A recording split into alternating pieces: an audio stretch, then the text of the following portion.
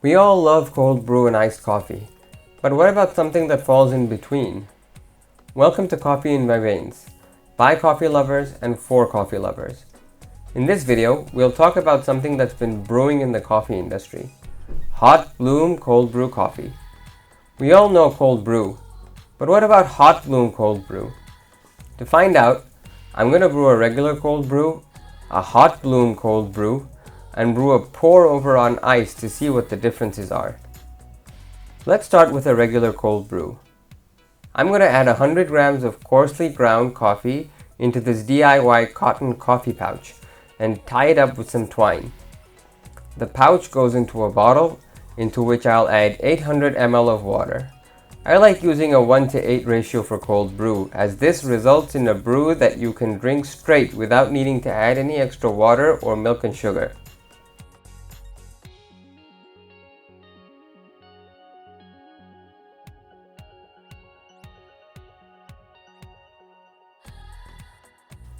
Next up comes the hot Bloom Cold Brew. Here, I'm also using a 1:8 ratio for consistency, as well as the same coffee grounds.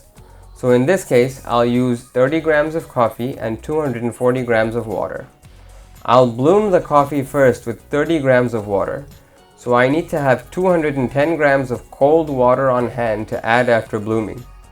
I don't have any water in the fridge right now, so I'll measure out 210 grams of ice cubes and tap water and set that aside. The idea behind hot blooming is this. Regular cold brew coffee has very little acidity, since most of the acidic compounds are not released in cold water. By blooming the coffee with hot water, we're encouraging more of the acidic compounds to come out and interact with the water. The end result should be a cold brew coffee which has a bit more tang to it. Whoever came up with the idea was trying to get cold brew to taste more like iced pour over. Honestly, I feel like that destroys the point of cold brew, but who am I to judge? Some people like their coffee more acidic. I'm using the same coffee grounds here as I did with the regular cold brew.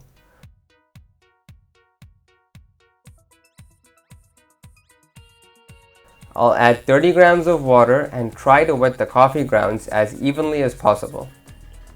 You can also bloom with 1 part coffee to 2 parts water, but I didn't want to make the coffee overly acidic, so I stuck with a 1:1 ratio for the bloom.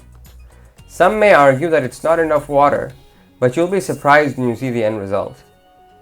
Once the coffee has bloomed for around 20 to 30 seconds, add in the cold water, replace the top, and it's into the fridge.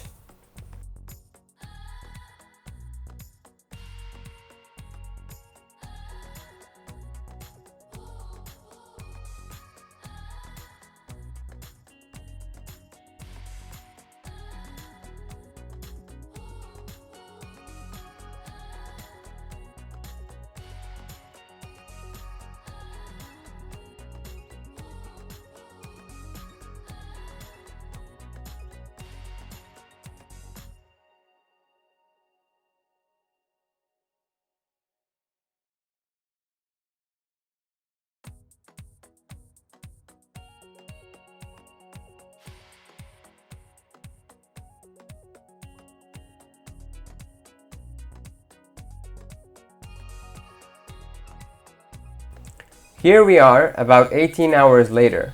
I've already removed the pouch and transferred the cold brew into a new bottle. As you can see, the brew is a rich and deep color, just what you'd expect.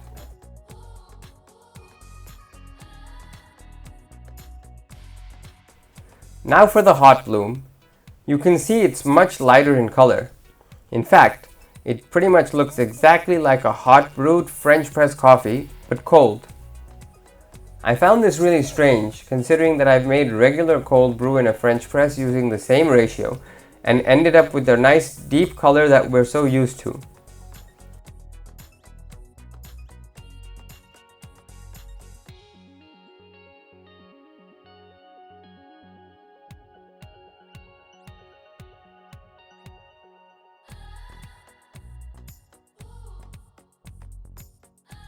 Now to make a quick pour over and then compare.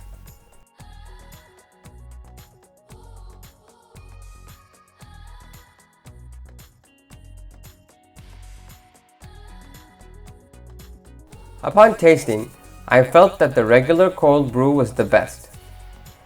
The flavor was rich, yet still pretty balanced, and there was very little acidity, just as you'd expect. The hot bloomed coffee tasted like a cold French press coffee. It was noticeably more acidic, but it also lacked much of the richness of the regular cold brew.